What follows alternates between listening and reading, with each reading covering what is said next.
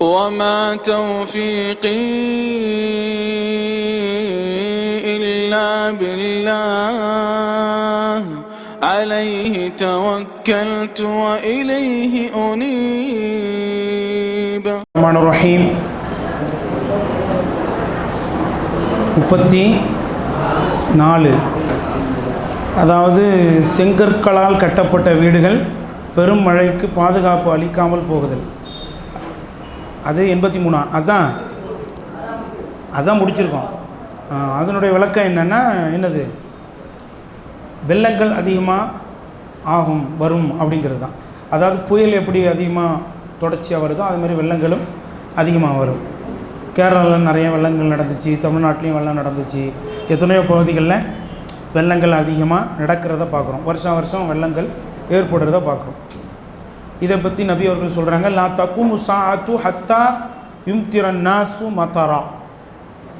மறுமை நாள் நிகழாது, மக்கள் கடுமையாக மழை பொழிவிக்கப்படும் வரை. வலா துக்கின்னு மின்ஹு புயூத்துல் மதரி வலா துக்கின்னு மின்ஹு இல்லா புயூத்த ஷாரி. செங்கற்களால் கட்டப்பட்ட வீடுகள் அப்போது அவங்களுக்கு பாதுகாப்பு அளிக்காமல் போய்விடும், முடிகளால் ஏற்படுத்தப்பட்ட வீடுகளை தவிர. அப்படிங்கிற ஒரு செய்தியை நபி அவர்கள் என்ன செஞ்சுருக்காங்க, சேர்த்துருக்கிறாங்க. அதான் தோள்களால் ஏற்படுத்தப்பட்ட வீடுகளை தவிர. அடுத்து 34. தௌஸ் குலத்து பெண்கள் துல்கலசா என்ற சிலையை சுற்றி வருதல்.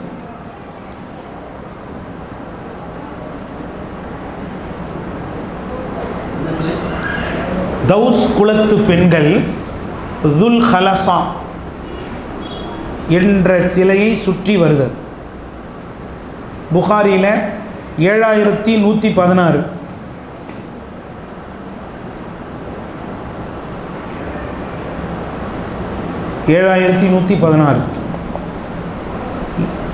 நபி அவர்கள் சொல்கிறாங்க, லா தகுமு ஸாஅ, மறுமை நாள் நிகழாது, ஹத்தா தத்தரிப அல்யாத்து நிசாஇ தௌசின். தௌஸ் குலத்து பெண்களின் புட்டங்கள் சுற்றி வராத வரை மறுமை நாள் நிகழாது. அலா தில் ஹலசா என்ற சிலையை அப்படின்னு. இந்த முன்னறிவிப்பு இன்னும் நடக்கலை, இனிமேல் தான் நடக்க இருக்குது.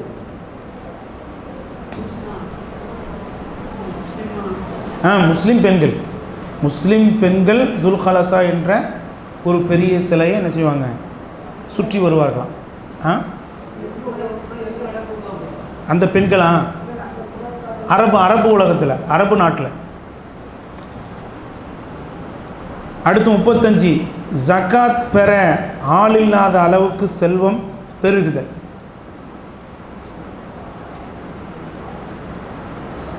முஸ்லீமில் 157வது நபிமொழி. இதுவும் இதுவரை நடைபெறலை, இனிமேல் தான் நடைபெறும். நபி அவர்கள் சொல்கிறாங்க, மறுமை நாள் நிகழாது, ஹத்தா யக்ஸுரல் மால் வயஃபீது ஹத்தா யஹ்ருஜ ரஜுலு பி ஜகாத்தின் ஃபலா யூஜது அஹதன் யக்பலுஹா மின்ஹு. மக்களிடத்திலே செல்வம் பெருகாத வரை, அது கொழிக்காத வரை மறுமை நாள் நிகழாது. எந்த அளவுக்குன்னு சொன்னால், ஒரு மனிதர் ஜக்காத்தை எடுத்துக்கொண்டு செல்வார், அதை பெறும் யாரையும் அவர் காண மாட்டார். அந்த அளவுக்கு செல்வம் எல்லாரிடத்திலும் தன்னிறைவாக நிறையா இருக்கும். புகாரியில், முஸ்லீமில் 157. இன்னொரு ஹதீஸில் விளக்கமாக சொல்லப்படுது. ஏன்னா எந்த அளவுக்கு செல்வம் கொழிக்கும் அப்படின்னு சொன்னால், ஜக்காத்தை எடுத்துகிட்டு போய் அவர்கிட்ட கொடுத்தா, நேற்று வந்திருந்தா நான் இதை வாங்கியிருப்பேன், இன்றைக்கி நானே ஜக்காத்து கொடுக்குற அளவுக்கு பெரிய செல்வந்தனாக இருக்கிறேன் அப்படின்னு அதை சொல்லி புறக்கணிச்சிருவார். அந்த அளவுக்கு மக்களிடையே செல்வம் அதிகரித்திருக்கும் அப்படிங்கிறத அடையாளமாக நபி அவர்கள் சொல்லி காட்டுறாங்க. இது ஈசா அலைஹிஸ்ஸலாம் அவர்கள் நான் இறங்குற அந்த காலகட்டத்தில் நடைபெறக்கூடிய ஒரு முன்னறிவிப்பாக இருக்குது. அதாவது இந்த சின்ன அடையாளங்களை பொறுத்தவரையில் பெரிய அடையாளங்கள் நடந்த பிறகும் நடக்கும். பெரிய அடையாளங்கள் நடந்த பிறகும் இடைக்கு இடையே இந்த சின்ன அடையாளங்களும் என்ன செய்யும், நடைபெற்று கொண்டிருக்கும் அப்படிங்கிறது தான் இதில் அறிய முடியுது. ஏன்னா ஈசா அலைஹிஸ்ஸலாம் அவர்கள் இறங்குறது பெரிய அடையாளம். ஆனால் அவங்க காலத்தில் செல்வம் கொழிக்கிறது சின்ன அடையாளம். அடுத்து 36 கல்வி உயர்த்தப்பட்டு அறியாமை நிலவுதல்.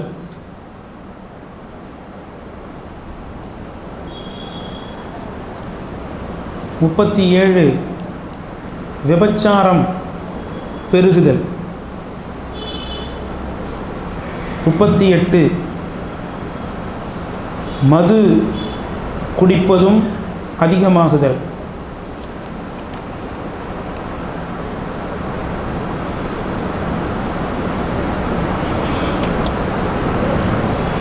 3 ஒரு ஹதீஸில் வருது.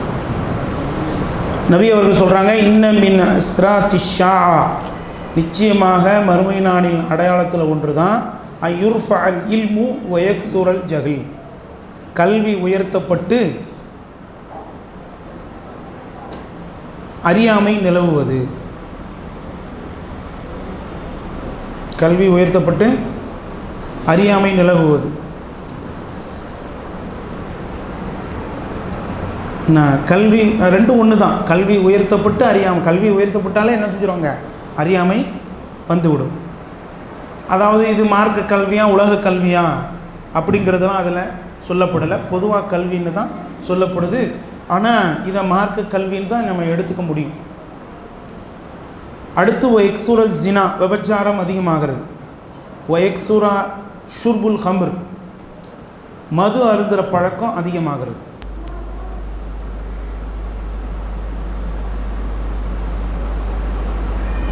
புகாரியில் 5231.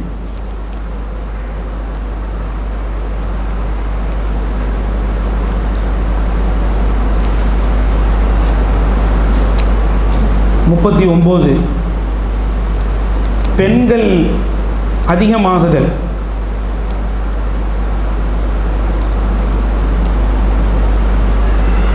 அதாவது எந்த அளவுக்குன்னு சொன்னால் 50 பெண்களுக்கு ஒரு ஆண் என்ற விகிதத்தில் பெண்கள் அதிகமாகுதல். அதே நம்பர் தான் 5231 புகாரியில். வயக்சுரன் நிசா, பெண்கள் அதிகமாகி விடுவார்கள். ஹத்தா யகூனலில் 50 இம்ரஅத்துன் கையிமில் வாஹித், எந்த அளவுக்குன்னு சொன்னால் 50 பெண்களுக்கு ஒரு ஆண் பொறுப்பாளியாக இருப்பார். இந்த ஹதீஸுக்கு உலமாக்கள் 2 விதமான விளக்கம் கொடுத்துருக்குறாங்க. ஒன்று என்னென்னா, மறுமை நாளுக்கு நெருக்கமாக பெண்களுடைய பிறப்பு அதிகமாகிடும், ஆண்களுடைய பிறப்பு குறைவாயிடும். இயல்பாகவே எல்லாம் அப்படி ஆக்கிடுவோம். இது ஒரு விளக்கம். ரெண்டாவது என்னென்னா, மறுமை நாளுக்கு நெருக்கமாக போர்கள் அதிகமாகி விடுவதால் நிறைய ஆண்கள் என்ன செய்வாங்க, போர்களில் கொல்லப்படுவாங்க. இறப்புகள் அவர்களுடைய அதிகமாகிடும். அதனால் ஆண்கள் குறைஞ்சிருவாங்க, பெண்கள் அதிகரிச்சிருவாங்க. எந்த அளவுக்குன்னு சொன்னால், ஒரு ஆண் தான் 50 பெண்களுக்கு பொறுப்பாளியாக இருப்பான். அப்படின்னா நிறைய மனைவி மாதிரி வச்சுருப்பாங்கங்கிறது இல்லை. அதாவது தங்கச்சி, அக்கா, சின்னம்மா, பெரியம்மா, அப்படி தூரத்து சொந்தம் அப்படின்னு சொல்லி பல பெண்களுக்கு ஒரு ஆள் பொறுப்பாளியாக இருந்து பாதுகாவலராக இருக்கிற அளவுக்கு ஆண்கள் குறைந்து விடுவார்கள், பெண்கள் அதிகரித்து விடுவார்கள் அப்படிங்கிற விளக்கம் அறிஞர்களால் சொல்லப்படுது. அடுத்து 40 மஸ்ஜிதுகளை அலங்கரித்து அதில் பெருமை பாராட்டும் நிலை உருவாகுதல்.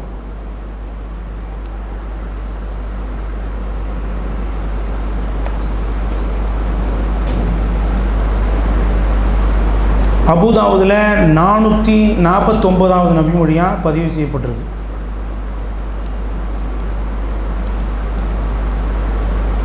மஸ்ஜிதுகளை அலங்கரித்து அதில் பெருமை பாராட்டி கொள்ளும் நிலை உருவாகுதல். இதுவும் நடந்து கொண்டிருக்கிற ஒரு நிகழ்வாக இருப்பதை பார்க்கிறோம். லா தகூமு ஸாஅத்து ஹத்தா யத்தபாஹன் நாஸு ஃபில் மஸாஜித், மஸ்ஜிதுகளை கட்டி அலங்கரித்து கொள்ளும் ஆனால் அதன் மூலம் பெருமையடித்து கொள்ளும் ஒரு சூழல் வராத வரை மறுமையினால் நிகழாது. அதாவது அவசிய தேவைகள் இது குறிக்காது. பள்ளிவாசலுக்கு உள்ள ஏசி போடுறதையும் கார்பெட் மேட்டுகள் போடுறதையும் இது குறிக்காது. அவசியம் இல்லாத வெளித்தோற்றங்கள், புரியுதுங்களா? வெளித்தோற்றங்களை உருவாக்குவதில் மக்கள் பெருமை அடிப்பாங்க. அப்படி இருப்பது தான் ஒரு பெருமைக்குரிய விஷயமாக கருதுவாங்க. அப்படி இல்லாமல் மஸ்ஜிதுக்குரிய அங்கீகாரம் கிடைக்காது அப்படின்னு நினைப்பாங்க. அடுத்து இத்தனை 41லேருந்து 46 வரைக்கும் ஒரே ஹதீஸில் இருக்குது. ஒன்று ஒன்றா பாயிண்ட் எழுதுறீங்க, அப்புறம் ஆதாரங்களை சேர்த்து எழுதலாம். 41 குறிப்பிட்ட நபருக்கு மட்டும் சலாம் உரைத்தல்.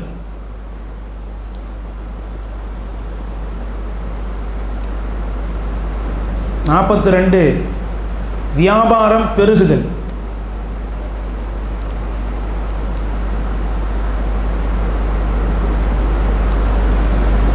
43 உறவுகள் அதிகமாக துண்டிக்கப்படுதல்.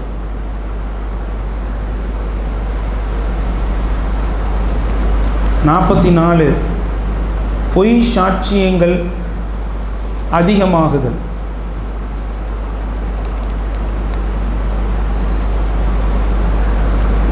45 உண்மையான சாட்சியங்கள் மறைக்கப்படுதல்.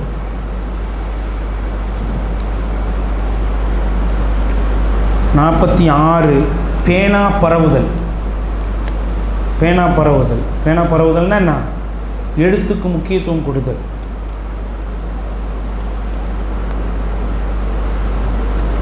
அப்போ எத்தனை? 1 2 3 4 5 6 அடையாளமும் ஒரே ஹதீஸில் சொல்லப்படுது. முஸ்னத் அகமதில் 3870.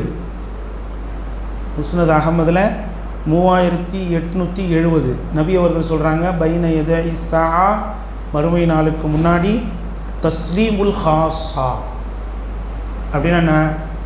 குறிப்பிட்ட நபருக்கு மட்டும் சலாம் உரைத்தல் அப்படிங்கிறது நடக்கும். அதாவது அறிமுகமானவர் அறிமுகமற்றவர் எல்லோருக்கும் சலாம் உரைக்க வேண்டும் என்று தான் நபிகள் நாயகம் ஸல்லல்லாஹு அலைஹி வஸல்லம் அவர்கள் நமக்கு சொல்லியிருக்காங்க. சலாத்தை என்ன செய்யணும்? எல்லாருக்கும் பரப்பணும். அப்படி இல்லாமல் இது இந்த என்ன குறிப்பிட்ட நபருக்கு மட்டும் சலாம் உரைக்கிறது மறுமை நாளின் அடையாளமாக இருக்குது. ஃபஷ்உ திஜாரா வியாபாரம் பெருகுதல். வியாபாரம் அதிகமாக பெருகும். எந்த அளவுக்குன்னு சொன்னால், ஒரு மனைவி அந்த வியாபாரத்தில் என்ன செய்வாள்? என்ன சப்போர்ட்டாக இருப்பாள், துணை செய்வாள் என்கிற அளவுக்கு வியாபாரம் அதிகமாக பெருகும். அடுத்து உறவுகள் அதிகமாக துண்டிக்கப்படுது.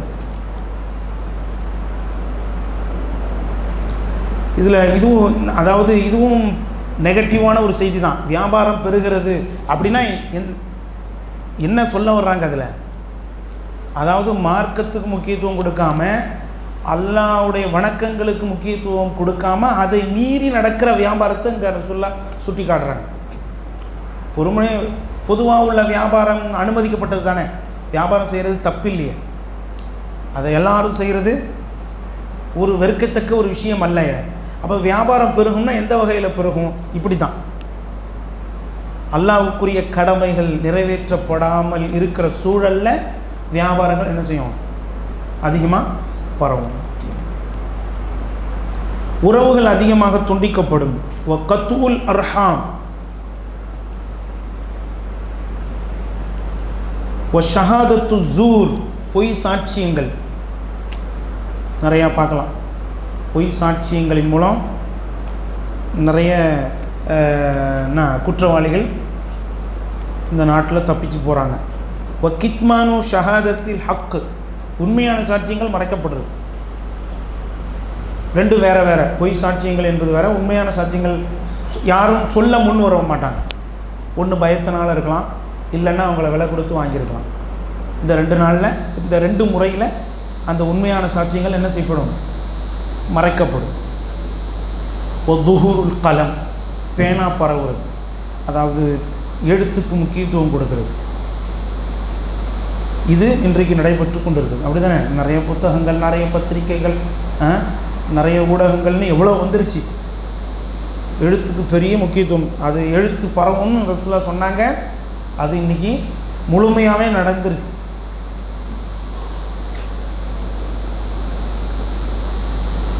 அடுத்து 47 விலங்குகளும் ஜட பொருட்களும் பேசுதல். விலங்குகளும் ஜட பொருட்களும் மனிதனிடம் பேசுதல். முஸ்னத் அஹமதில் 11792.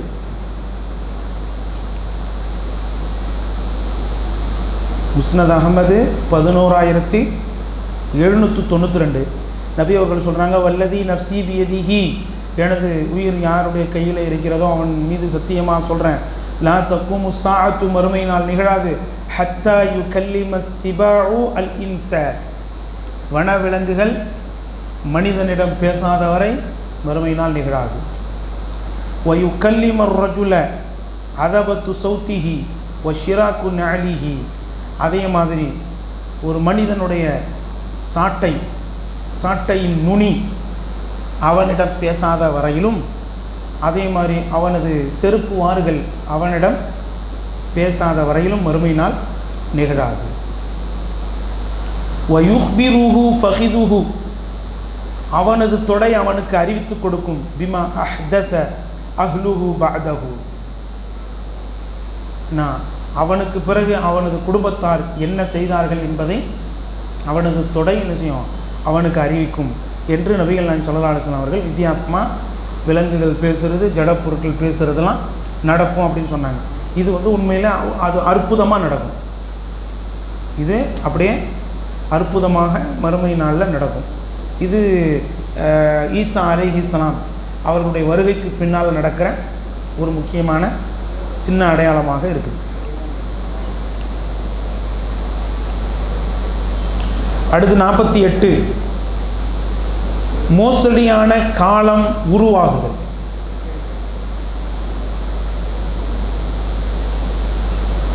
மோசடியான காலம் உருவாகுதல். இப்னு மாஜால 4036.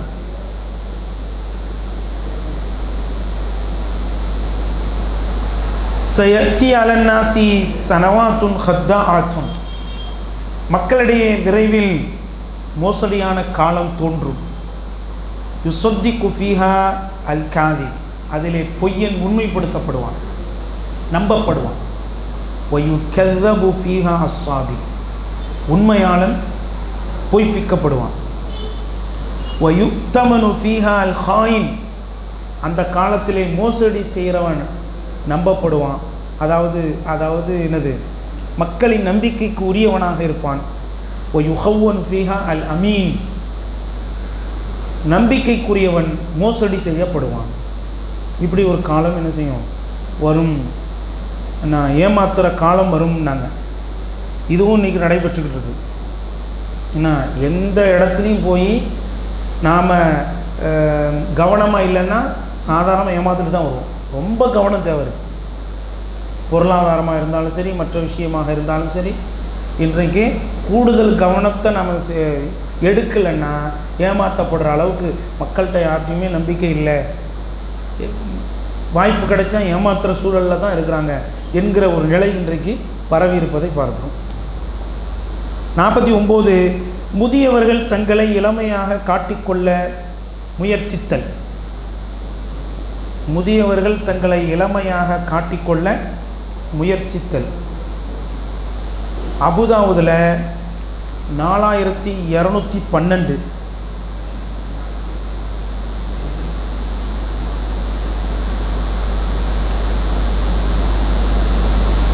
அபுதாவுதில் 4212. நபி அவர்கள் சொல்கிறாங்க, மக்களில் சிலர் இறுதி காலத்திலே தோன்றுவார்கள். அவங்க என்ன செய்வாங்கன்னா, தங்களுடைய முடிகளுக்கு கருப்பு சாயம் இட்டுக்கொள்வார்கள். இவர்கள் சுவனத்தின் வாடையை கூட நுகர மாட்டார்கள் என்று ரசூலுல்லாஹ் ரொம்ப கடுமையாக கண்டித்த ஒரு விஷயம். முடிகளுக்கு கருப்பு சாயம் இடுவது ஹராம். அது பெரிய ஒரு குற்றம். மறுமை நாளுடைய அடையாளங்களில் ஒன்றாக அது இருக்கிறது. ஏன்னா அதனாலையும் ஏமாற்றப்படுறாங்களா இல்லையா? படுவாங்க மக்கள்.